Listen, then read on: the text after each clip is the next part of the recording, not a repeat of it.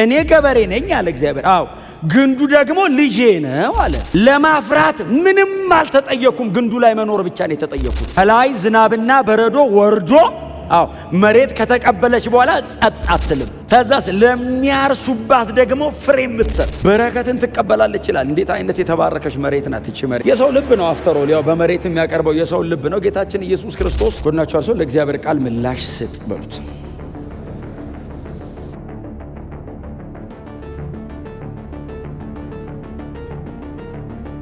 ዕብራውያን ምዕራፍ 6 ከቁጥር 7 ጀምሮ ዘወትር በእርሷ ላይ የሚወርደውን ዝናብ የምትጠጣና ለሚያርሷትን ፍሬ የምትሰጥ መሬት ከእግዚአብሔር በረከትን ትቀበላለች። ነገር ግን እሾህና አሜከላ የምታበቅል መሬት ዋጋ ቢስ ትሆናለች፣ መረገሚያዋም ተቃርበዋል፣ መጨረሻዋም በእሳት መቃጠል ነው። ወዳጆች ሆይ ምንም እንኳ እንደዚሁ ብንናገርም ከድኅነታችሁ ጋር የተያያዘ ታላቅ ነገር እንዳላችሁ እርግጠኞች ነን። እግዚአብሔር አመፀኛ አይደለም፣ እርሱ ስራችሁን እንዲሁም በፊቱ ሆነ አሁን ቅዱሳንን በመርዳት ስለ ስሙ ያሳያችሁትን ፍቅር አይረሳም። የተሰጠው ተስፋ እስኪፈጸም ድረስ እያንዳንዳችሁ እንዲህ ያለውን ትጋት እስከ መጨረሻ እንድታሳዩ እንመኛለን። በእምነትና በትዕግስት የተስፋውን ቃል የሚወርሱትን እንድትመስሉ እንጂ ዳተኞች እንድትሆኑ አንፈልግም። ዘወትር በእርሷ ላይ የሚወርደውን ዝናብ የምትጠጣና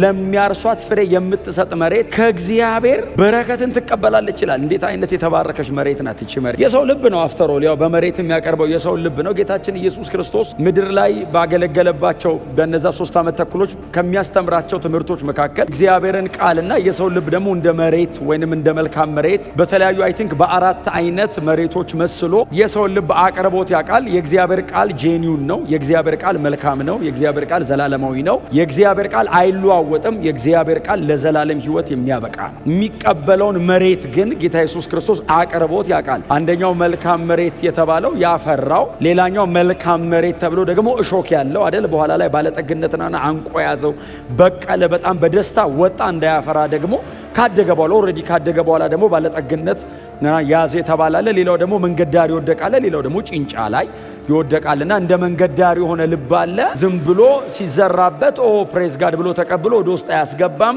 ስለዚህ ዘሩ ውስጡ እንዲቀመጥ ኢንተርናላይዝ አያደርገውም። ለእግዚአብሔር ቃል እድል አይሰጥም፣ ጊዜ አይሰጥም። ስለዚህ ወፎች መጥተው ይለቅሙታል አለ። ጭንጫ ደግሞ አለ፣ ወደ ታች ማስገባት የማይችል በጣም ጠንካራ፣ በጣም አስቸጋሪ፣ በጣም ከባድ የሆነ ልብ አለ። እግዚአብሔር እንደዚህ አይነት ልብ ነው ብሎ አይተውም፣ ይዘራበታል። ስቲል ዘሩ እዛም ላይ ወድቋል። ባይዘዌ ዘሩ አልወደቀበትም አይደለም፣ ልቡ ጠንካራ ነው ብሎ አልተውም፣ ሞክሮታል፣ ልኮበታል። የእግዚአብሔርን ቃል ልኮበታል፣ የወንጌልን እውነት ልኮበታል። የተገለጠውን ፍቅር ኢንቨስት ከማድረግ እግዚአብሔር ተከልክሎ አያውቅም፣ ወደፊትም አይከለከልም። እስከ መጨረሻ ድረስ ፋይት የሚያደርገን እግዚአብሔር ነው። እኛ እና በጣም ልቡ ጠንካራ ቢሆንም ይመጣል ዘሩ። ግን እግዚአብሔር ከመናገር አይተውም። ሬዚስት እያደረግነው ደግሞ ይነግረናል፣ በሚገባን መንገድ ይነግረናል። እና በእርሻ አስመስሎ ያቀርበዋል። እስቲል የዚህ ደብዳቤም ጻፊ ዕብራውያን ስለሆኑ እስራኤላውያን ስለሆኑ እርሻ አካባቢ አይጠፉም። እነሱ በጣም ከአግሪካልቸር ጋር በጣም የተቆራኘ ነው ህይወታቸው። ስለዚህ በጣም በቀላሉ አንደርስታንድ ሊያደርጉት ስለሚችሉ ከመልካም መሬትና ከሚቀበለው ነገር ጋር እያያዘ ቁጥር 7 ላይ ያቀርባልና መሬቷ በጣም ጥሩ መሬት ናት፣ በጣም መልካም መሬት ናት። እግዚአብሔር በላይዋ ላይ ኢንቨስት አደረገባት ይላል። እንግዲህ በላይዋ ላይ የሚወርደውን ዝናብ የምትቀበል የምትጠጣ፣ ዝም ብሎ ሲወርድባት እየተቀበለች የማታፈስ የምትጠጣ፣ ተዛስ ለሚያርሱባት ደግሞ ፍሬ የምትሰጥ። ኢሳይያስ ምዕራፍ 5 ቁጥር 1 እስከ 5 ሄዳችሁ ማንበብ ትችላላችሁ። እግዚአብሔር መጥቶ በነቢዩ ኢሳይያስ በኩል እስራኤል ለኔ እንደ ወይን እርሻ አይደለችምን አለ እግዚአብሔር። ወይን እርሻ ናት እስራኤል ለኔ፣ ህዝቤ ለኔ እንደ ወይን እርሻ ነው። እኔ ደግሞ ገበሬ ነኝ እና መጥቼ ያንን ወይን እርሻውን እኮተኩተዋለሁ አለ እግዚአብሔር። ነው እንግዲህ እየተናገረ ያለው በነቢዩ በኩል። እኮተኩተዋለሁ ብቻ አይደለም፣ ፍግ አረግለታለሁ፣ ውሃ አጠጣዋለሁ። የሚያስፈልገውን ለማደግ፣ ለማፍራት፣ ለመለምለም የሚያስፈልገውን ነገር በሙሉ አድርግለታለሁ አለ እግዚአብሔር። የኔ ድርሻ መኮትኮት፣ ማስተካከል፣ ማዘጋጀት፣ ማጠጣት፣ ሁሌ ከልቲቬት ማድረግ፣ ይሄንን አደርጋለሁ። እንደውም እኮ ለወይኔ ስፍራ ምን ያላረኩለት ነገር አለ። አሁን እርሻው ራሱ ይጠየቃል። እግዚአብሔር ምን አላረገልም ሲባል ሁሉን አርጎልኛል። ላለማፍራት ምክንያት እስኪያጣ። በእግዚአብሔር ቤት ውስጥ ኖሮ አለማፍራት አይቻልም። ማፍራት ታምር አይደለም። አለማደግ ህመም ነው። አለማደግ ልክ አይደለም። አለማደግ ጤንነት አይደለም። የማያድግ ነገር መሞት የጀመረ ወይንም የሞተ ነው። ማደግ ናቹራል ነው። ቀብሎ መመለስ ናቹራል ነው።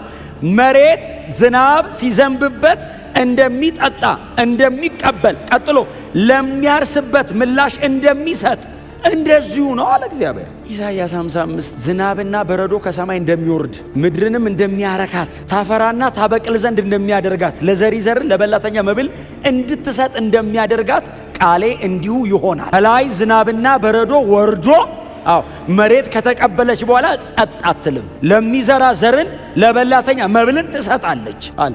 ከዛስ ቃሌ እንዲሁ ነው። የእግዚአብሔር ቃል በምን ተመሰለ? በዝናብና በበረዶ ከሰማይ በሚወርድ ሕዝቡስ በመሬት ዝናብና በረዶ ወርዶባት መሬት ካፈራች፣ ይሄ ዝናብና በረዶ ከሰማይ ወርዶ ውሃ ፈሶ መሬትን ፍሬያማ ካረገ፣ ጄኒውን የሆነ ኮራፕትድ ያልሆነ ዘላለማዊው የኔ ቃል መጥቶ እንዴት አያፈራም? የመጀመሪያው አልገባንም፣ ትንሽ ጠጠር አለብን፣ ጠንከር አለብን ሲሉ ናቹራሊ እስራኤል የምትታወቀው በእርሻ ነው። እርሻ ማያውቃል እናንተ ማል ይላቸዋል። የለም በእርሻ አይደል እንዳገር የምትታደ እስከ ዛሬ ድረስ በእርሻ በጣም እኮ ነው የሚታወቁት። ታዲያ አሁን ደግሞ በዚህ መንገድ ላስረዳችሁ። ጎናችሁ አርሶ ለእግዚአብሔር ቃል ምላሽ ስጥ በሉት።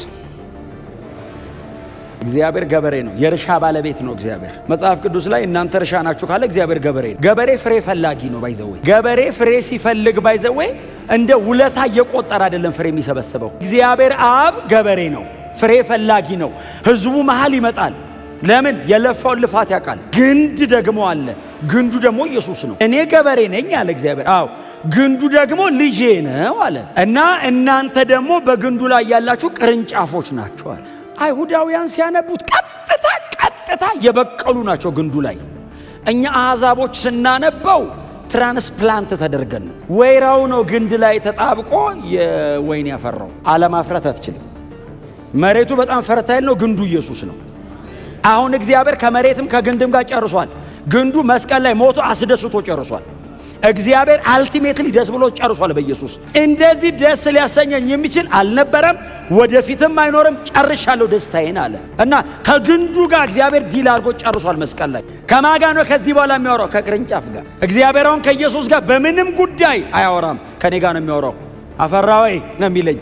ለምን? የግንዱን አቅም ያውቀዋል። እስኪ ሞት ነው ህይወት የሚሰጠኝ። የክርስቶስ የመስቀል ሥራ ከአብ ቀኝ እስከ ሲኦል እኮ ነው የወረደው እኮ። በጣም ብትወጡ ከአብ ቀኝ በላይ አትወጡም። በጣም ከወረዳችሁ ከሲኦል በታች አትወርዱ። መሀል ነው የምንጫወተው። ፍቅሩ ጥግና ጥግ ነክቷል። እስቲ አሜን በሏ። እንዴ ከፍታ አይደል? በማቴማቲክስ እኮ ነው ጳውሎስ እኮ በመንፈሳዊ ቋንቋ እንዴት ያብራራው። እና ማቲንክ ኤፌሶን ትንሽ የተማሩ ናቸውና በሂሳብ ከፍታው ስፋቱ ርዝመቱ ኤፌሶን 3 ላይ የሚገባኝ በአራት ወንጌላት ነው። ከፍታው ዮሐንስ ወንጌል ነው፣ ዝቅታው ማርቆስ ወንጌል ነው፣ ርዝመቱ ማቴዎስ ወንጌል ነው፣ ስፋቱ ሉቃስ ወንጌል ነው። ከፍታው ዮሐንስ ወንጌል ነው አይደል? ከሰማይ ወደ ምድር አይደል ዮሐንስ ወንጌል አይደል? በመጀመሪያ ቃልም እግዚአብሔር ነበረ። ትራንሴንደንት የማይደረስበት ምጡቅ የዘላለም አምላክ ማንም ሊደርስበት አይችልም። አይ ቲንክ ግሪካውያን ናቸው የሚጠቀመው። በጣም ክላሲካል ግሪክ ነው። ኖርማሊ ኮይኒ አይነት አይደለም። በጣም ክላሲካል ነው። ስለዚህ ሰማይ ያስነካዋል ሲጀምር እና ማንም ሊደርስበት አይችልም። እንደ ንስር ነው ወደ ላይ፣ በጣም ሩቅ ነው ሲሉት ቃልም ስጋ ሆነ አይደለም የሚለው። ይሄ አምላክ ነው ብሎ ከሰማይ ከደመና በላይ ያኖረውን አምላክ ስጋ ሆነ ብሎ በመካከላቸው ኢተርኒቲን ሂስትሪ ውስጥ ተከተተው። ዘላለምን ስብስብ አድርጎ እኛ መሃል አደረ ብሎ ይሄው እሱ ነው ብሎ በዮሐንስ ተጠመቀ ብሎ አስጀመረን። እና ከፍታው ከላይ ወደ ታች የወረደው ዮሐንስ ነው። በጣም ዝቅታው ማርቆስ ወንጌል ነው። ማርቆስ ወንጌል ላይ ያለው ኢየሱስ የእግዚአብሔር አገልጋይ ነው። ማርቆስ 10:45 አይደል? የማርቆስ ወንጌል ዋና መቀመጫ የሰው ልጅ ሊያገለግል እንጂ ሊገለገል አልመጣም አለና እንደውም ነፍሱን ለብዙዎች ቤዛ አድርጎ እስኪሰጥ ያገለግላል አለ። እግር ማጠብ ብቻ ሳይሆን ሲያገለግላቸው እስኪሞትላቸው ነው የሚያገለግለው። እንደዚህ አይነት አገልጋይ ታይቶ አያውቅም። እየሞተ ሁሉ ያገለግላል ተብሎ በጣም ዝቅታው ነው። ርዝመቱ ደግሞ የማቴዎስ ወንጌል አይደለም። ክራይስት እኮ ማቴዎስ ወንጌል ላይ ማን ኦፍ ስክሪፕቸር ነው፣ የመጽሐፉ ሰው ነው። እና ኢየሱስ ማቴዎስ ወንጌል ላይ ብሉይ ኪዳንን ወክ የሚያደርገው አይደል? ከዛ ከዘፍጥረት ጀምሮ እስከ መጣበት ድረስ ያለው እንዲህ የሚለው ቃል ተፈጸመ፣ እንዲህ ያለው ቃል ተፈጸመ የሚለው ማቴዎስ ወንጌል ማን ኦፍ ስክሪፕቸር ነው። ወደ ኋላ ብታየው ርዝመቱ ርዝመት እንዳይመስል፣ ስፋቱ ደግሞ የሉቃስ ወንጌል ነው። ለሰው ሁሉ የተገለጠ የእግዚአብሔር ማዳን የተባለበት ዩኒቨርሳሊ ኢየሱስ አይሁድን ብቻ ሳይሆን ዓለምን እንደሚያድን የተገለጠው ሉቃስ ወንጌል ላይ ነው። የአሕዛብ ወንጌል ነው። እና እግዚአብሔር በዚህ መጠን ነው ልጁን የሚያየው። እንደዚህ አይነት ግንድን ያለኝ ይላል። አዎ ምን አይነት እድለኛ ቅርንጫፍ ነኝ። ለማፍራት ምንም አልተጠየኩም። ግንዱ ላይ መኖር ብቻ ነው የተጠየኩት። ተጓተት አላለኝም። ግንዱ ሆይ እባክህ እባክህ አልልም። መስቀል ላይ ሞቶ ዝርግፍ አድርጎታል ላይ ያልፈሰሰ ጸጋ የለም፣ ያልወረደ መንፈስ የለም፣ ያልተሰጠ ትምህርት የለም። እዚህ ውስጥ the whole counsel of God አለ። እግዚአብሔርን ከፈለከው ኢየሱስ ውስጥ አለ። ጸጋ ከፈለክ ኢየሱስ ውስጥ አለ። ምንም ነገር አለ። ግንዱ የሚነራል ችግር የለበትም። አንተ ማደግ ከፈለክ እስከ መጨረሻ የሚያሳድግ ብቃት ይሰጣል። በክርስቶስ ያልተሰጠ የቀረ እኔ የማመጣው ነገር የለም። ኢየሱስ ጨርሶታል። እና ምንድነው ታዲያ ጥላውን ከኔ የሚጠበቀው? ሪሜን ኢየሱስ ላይ መኖር፣ መቆየት፣ የኢየሱስን ሕይወት ኤክስፔሪየንስ ማድረግ። የዚህ ደብዳቤ ጻፊ ሊያስረዳ እየሞከረ ያለው እሱን ነው።